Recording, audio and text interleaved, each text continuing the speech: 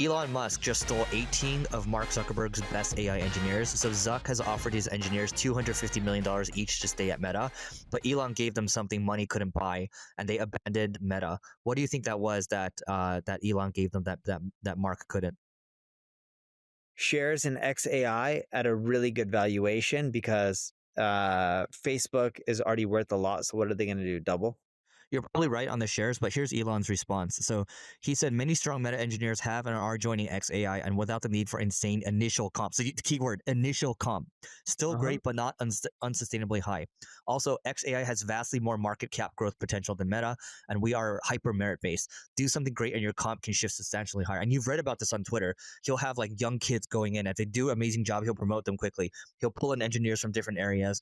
If like, for example, actually, one of I'm not going to name names here, but someone I know is a friend of a friend is married to a guy that came up with the chopsticks for SpaceX when they land, right? So you imagine he's doing really well now. But that was just a scenario where he just raised his hand and said, hey, why don't we just, nobody could come up with a good idea on how to land it, and said, why don't we just use chopsticks, right? He didn't say it like that, but that's what it ended up being. And so you know just about reading about Elon, it's very merit based. The other thing too is with when you work with Elon, you're working on something.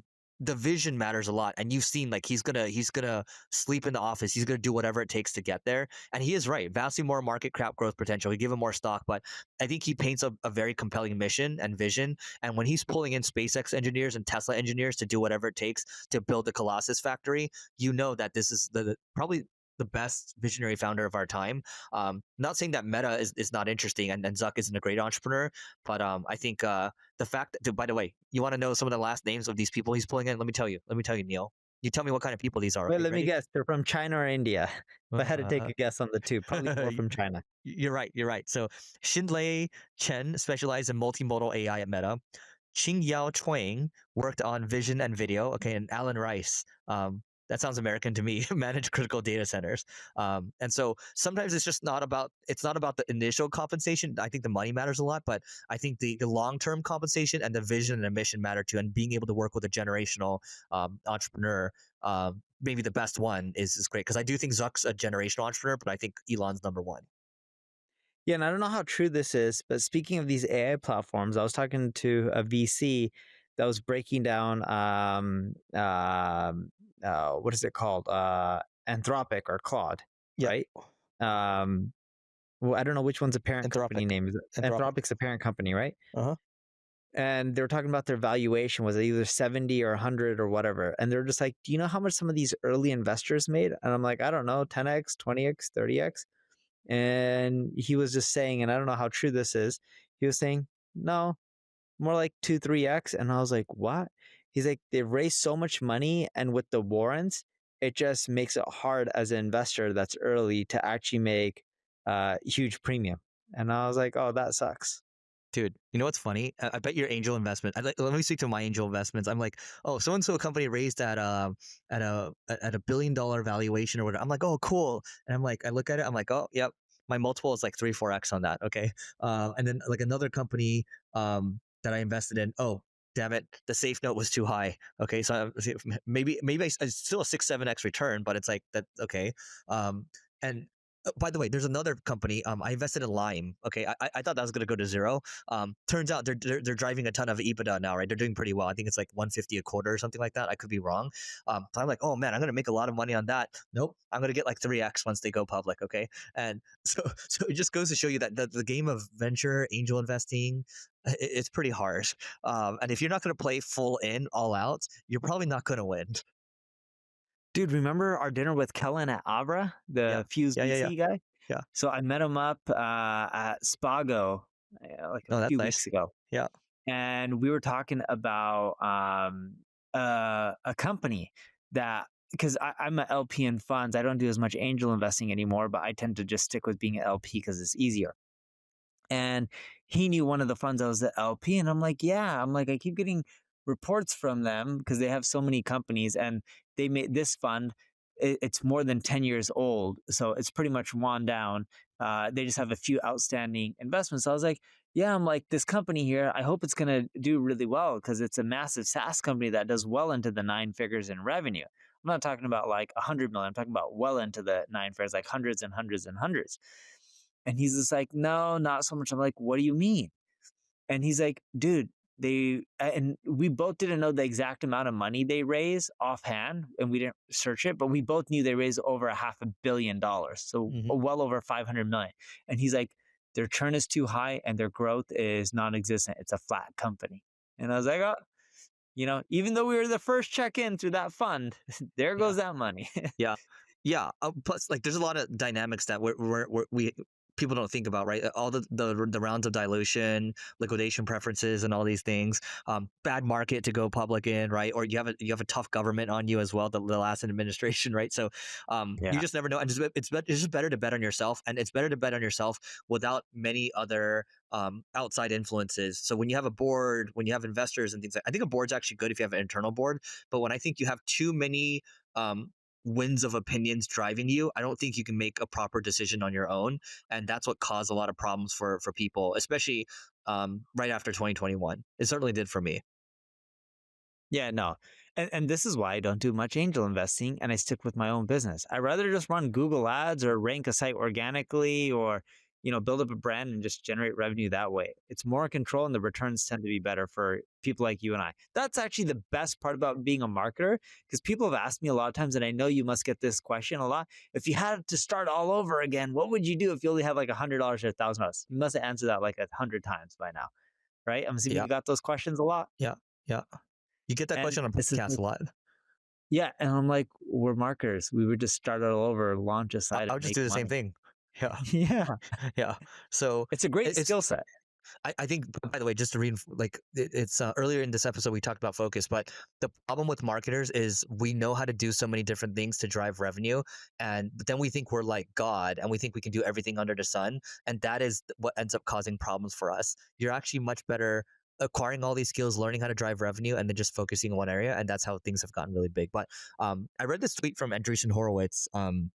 They tweeted this, and I thought this was an interesting concept. So, a lot of people, especially people, technical people, they think it's all about building the product, right? And the line here is really, ultimately, your job isn't to build a product. Your job is to solve a problem. So people in agency, they like to talk about the different service lines that they have, and people in different service lines, they like to brag about that. Or people that are different product managers for different types of products, they like talking about whatever product they have, but ultimately that's not what matters. Your job as a business is to solve a problem, and then you make money from that as a byproduct. So most companies, they avoid the messy, unsexy work, but that's usually where the biggest opportunities live. And you do the work that others won't. It's to solve problems, and that's it. It's not about the product that you have. Dude, the money's in the messy. People don't like the messy. They like the cool and sexy. Yep. And do you here? You can pick one. You have this Cloudflare one that's interesting. This one keeps coming back. This topic. It's just like Cloudflare. Their stock is doing decently well. I think they have like a $70-ish billion market cap. This isn't financial advice, by the way. And by the way, Eric and I don't want to give you any financial advice. Do whatever you guys want.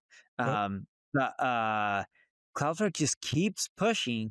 Hey, make your website a toll, pay for it. And the reason I believe Cloudflare is big on this kick is because they're afraid overall website traffic will go down, which will impact their earnings. So they want to be the toll road of the internet to save their business. That's my 2 cents. I don't think their business will ever go to zero, but that's my 2 cents on why they just keep doing this. Have you mapped out how much money they can make if 10% of the internet or 10% of their users went with pay-per, I don't know, toll? Can you repeat again? Yeah. So I'm just saying that, this Cloudflare thing, have you done the math around, hey, like maybe if 5 or 10% of their users opted into this, or websites did, how much money they would make? No. Do you? Yeah. No, I haven't done it. I'm just wondering, because the fact that they're pushing it so hard must have meant that they've mapped it out. But I just don't think it's the way. It's too much friction for what it is, and you don't want resistance to happen on the internet when people are just trying to browse around freely. Yes. I also think their model is just going to screw up businesses and cause them to make less money in general. If you're in B2B, here's the deal. LinkedIn account-based marketing sucks, but it doesn't have to. With Carrot, it allows you to create personalized ads towards your customers and also personalized landing pages that align with the ads, so you're going to have higher conversions, and influence pipeline reporting to prove that your ABM works. So if you want to learn more, just go to carrot.ai and you can join the waitlist. Again, it's carrot, KARROT.ai, and we'll see you on the other side. Yeah, dude, speaking of which, it's funny. We were talking about WordPress, about how it powers 40% of the web, and you and I were talking about how a lot of the stuff is becoming for free because of Jason Lemkin's tweet.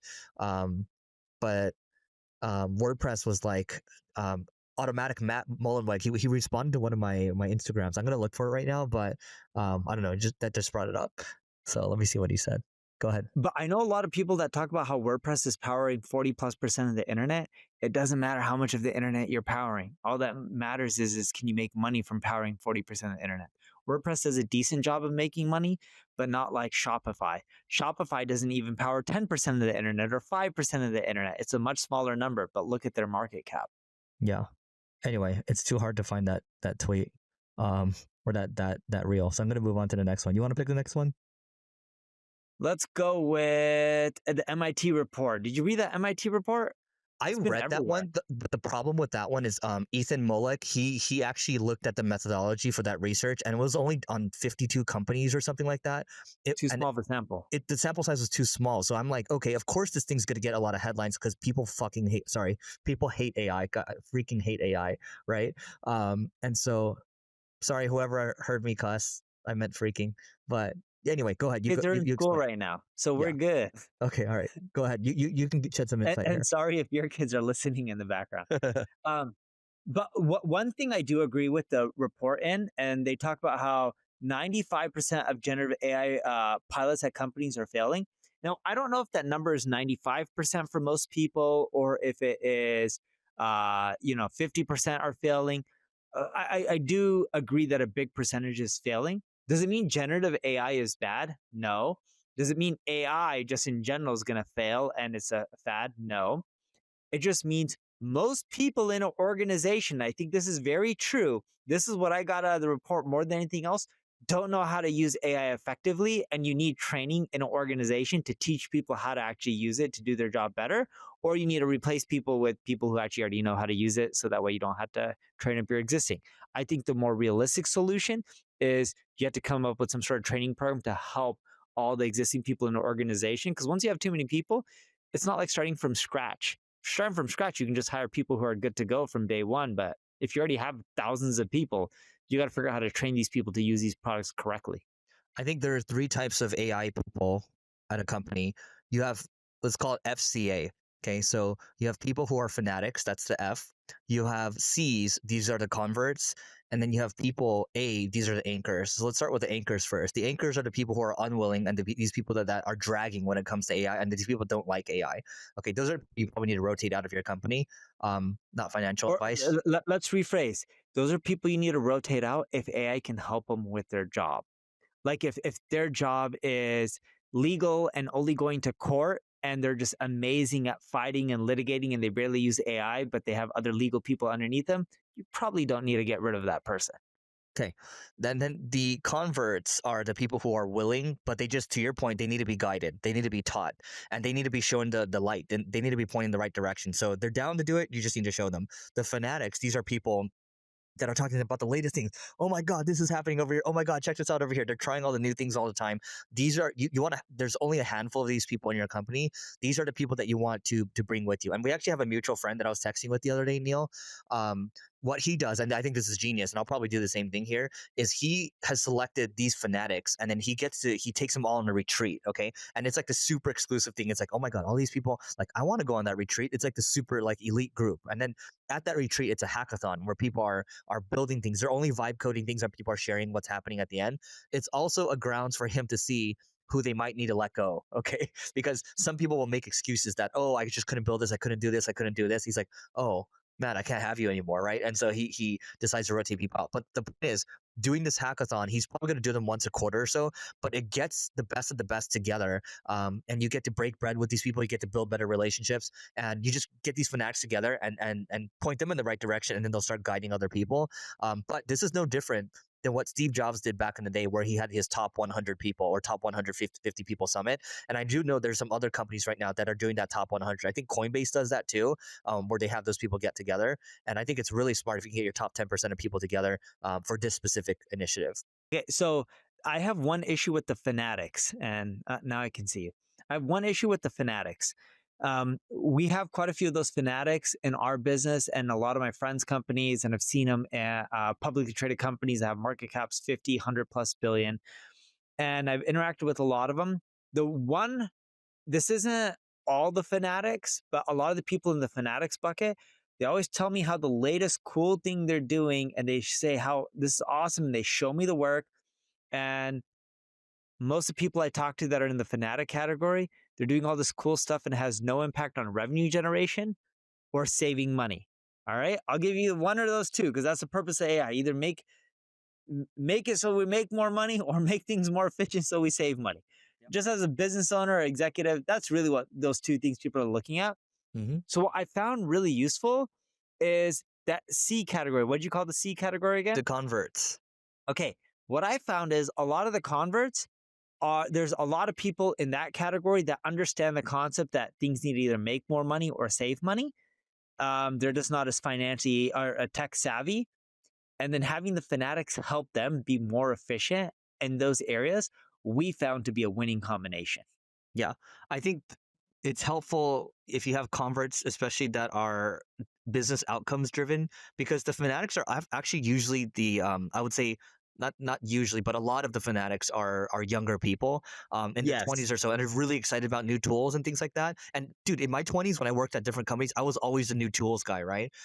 But now I think it's important for the converts or even people leading this. Maybe if you're like executive of the company, you have to just constantly add, hey, this is really cool, but like what are the business outcomes that we're trying to drive to here? And just constantly setting it around that band. And then if they look at you blankly, like we have had people who are fanatics that can't, they just for the life of them, they can't tie it to revenue. If they can't do that, then they still can't be in this group, and they still can't come attend this hackathon.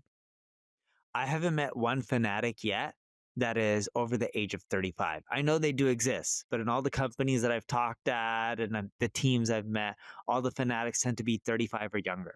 And to go more specific, most of them tend to be in their 20s. Yeah.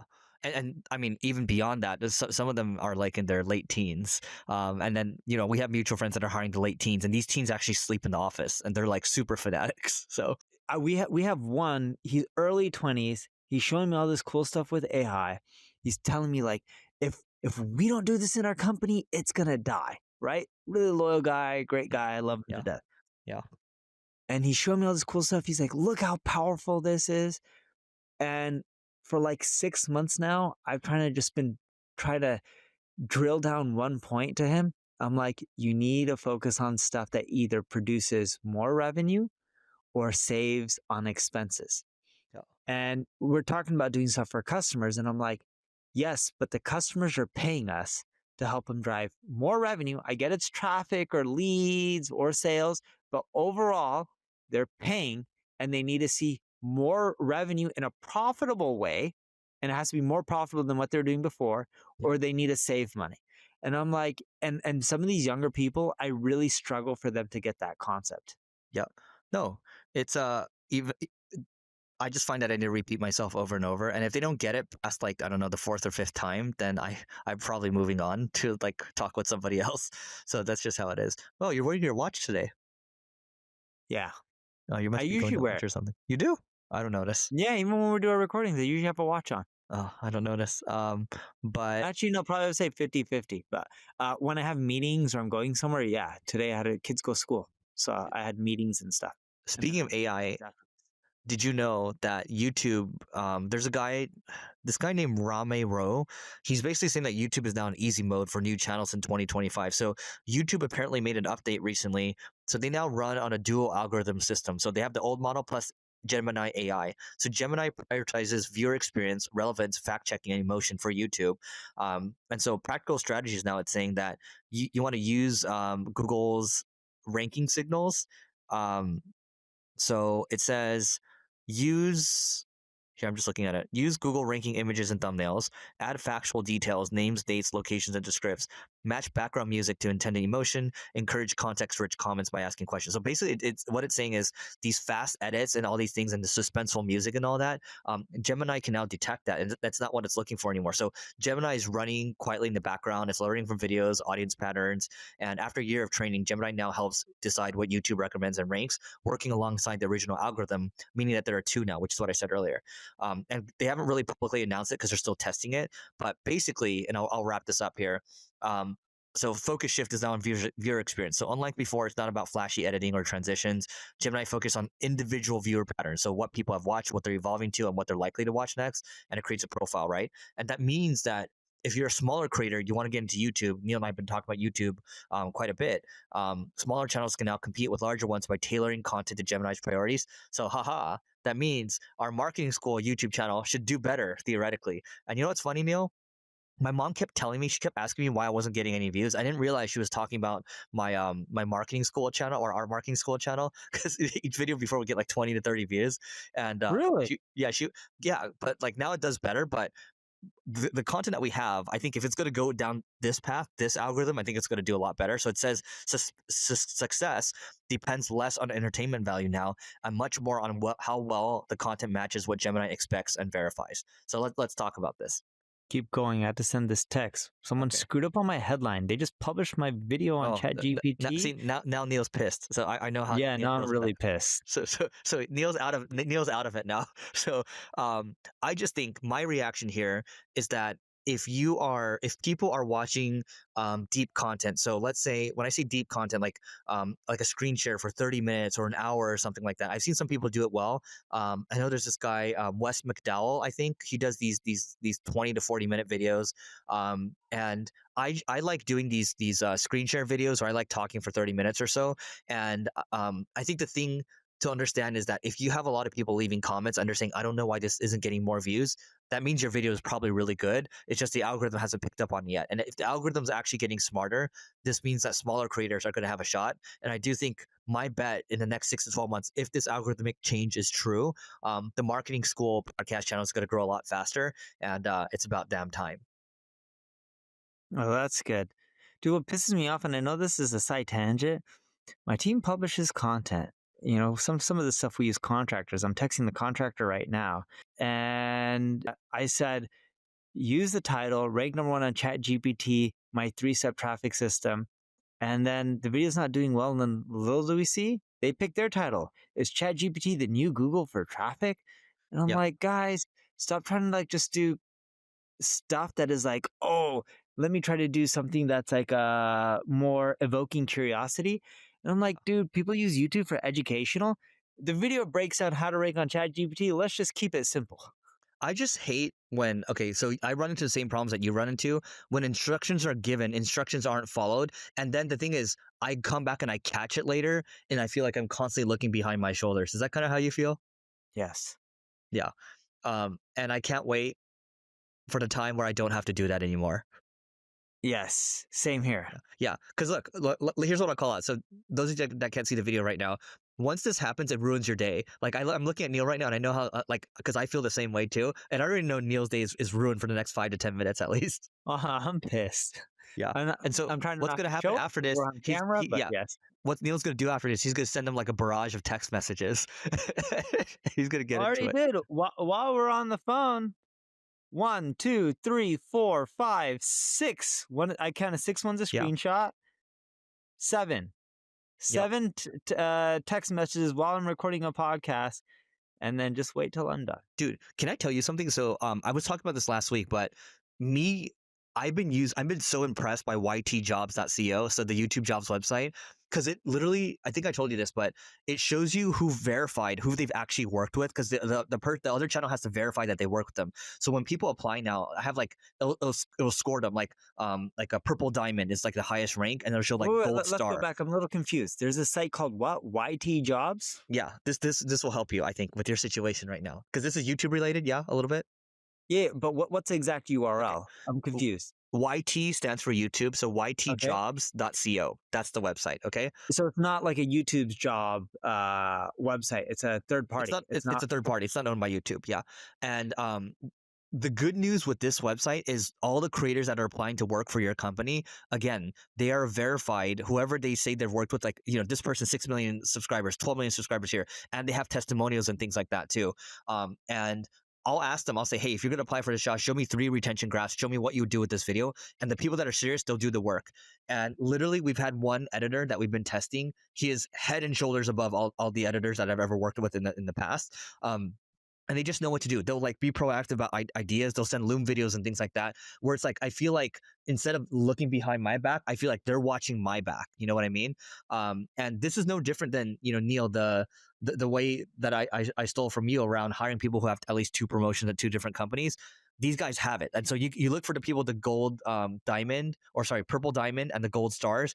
Give it to someone on your HR or recruiting team and just post everything that you're looking for. All the problems that you're having right now, I think this site can solve a lot of it, because there's all YouTube native people. Oh, that's great. I'm going to try this out. But yeah, little issues when people don't follow instructions. And this is my problem as a business owner or a manager. I'm really detail oriented. And the little things, if someone gets it wrong, they bother me, and I don't know how to get over that. I just can't. It's not my personality, and I expect everything to be done the way I believe it should be. If someone has a better way, show me data, and I'm all for adopting a new way because I always want improvement, and I expect everything to be as great as it possibly could be, and if it's not, I just get irritated. I don't even know if it's a detail-oriented thing. I think it's a high standards thing, because I'm 6% detail-oriented on that personality test. I remember when I still had your profile, you were like 99% detail-oriented, but both of you and I on that thing are 99% demanding. So I think it's probably more of a demanding thing. Yeah, I can see that you and I are both demanding. And by the way, I know I'm a hard person to work for. Yeah. Right? This is why I'm not the CEO of a company, because I know I'll just piss a lot of people off every single day. Well, same here, but I am the CEO. So that's the problem, right? And I think you have to have very, very thick skin to deal with you or me. But I don't know. We'll just leave it at that. Maybe that's it for another episode. But we do have like probably 2-3 more minutes. So is there anything else you want to cover before we head out here? No, but going back to the detail oriented, I mean, being hard to work with. My CEO is detail oriented, and he holds people to a high standard, but he does it in a much more finesse type of way to not piss off a lot of people culturally. Yeah. Well, I don't. I'm like an HR nightmare to work with, but I don't manage any direct reports, so there is no HR problems. Yeah. Again, Dharmesh Shah, co-founder, CTO of HubSpot, and the Neil Patel way of not having any direct reports is the dream, I think, because you can go in and fix whatever needs to be fixed, right? Whatever is broken, whatever's big, those are the things that you want to be applying your leverage to, because those are the things that you can affect the most, that will have the biggest impact. You know, I will say that we have a new exec joining us in about 2 weeks or so. The good news is, have you ever worked with anybody that's Dutch, Neil? You know, Frank Slootman from Snowflake, he's Dutch, right? So I've listened to him talk before on podcasts. Like, this guy's hardcore, right? He's respectful, but he's hardcore. And so what's Dutch, been you're your talking about people from the Netherlands, right? Yeah, correct. Yeah, we have office there. I don't know where. Yeah. I've never seen it, but I've been there and met my team there, but I didn't go to the office. And what's their style, you would say? They're reserved. They can be direct, which is good, but I would say they're still reserved. Yeah, they're direct. Different way of thinking. They're direct. They're reserved, but they're also kind in the way that they're direct, right? And so I think this should hopefully help shift the culture a little bit, because right now it's like me driving a lot of the pressure. But I think to have someone who's very direct but also very approaches it in a different way is going to be good for us. So we'll see how it goes. Yeah, because I'm not the easiest person. Like me, I'm more like I'll meet certain people in our organization or a buddy's organization or a client's organization, and my personality is not the best, and I know it's a fault. Like I'll tell people on my team, I'm like, this person's not going to work out. You should get rid of them. And I'm like, cut it. And they're just like, you only met him for 10 minutes. I'm like, I already know. I'm telling you, it's not going to work out. Here are all the things you're going to, And let me ask you, because I do the same thing too, but I think I'm right a good percentage of the time, but not always right. So what percentage of the time do you think you're right on that call?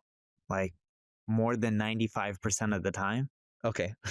I think mine's is more like 85, 90%, which is still pretty high. But I think I'm still wrong sometimes is my point.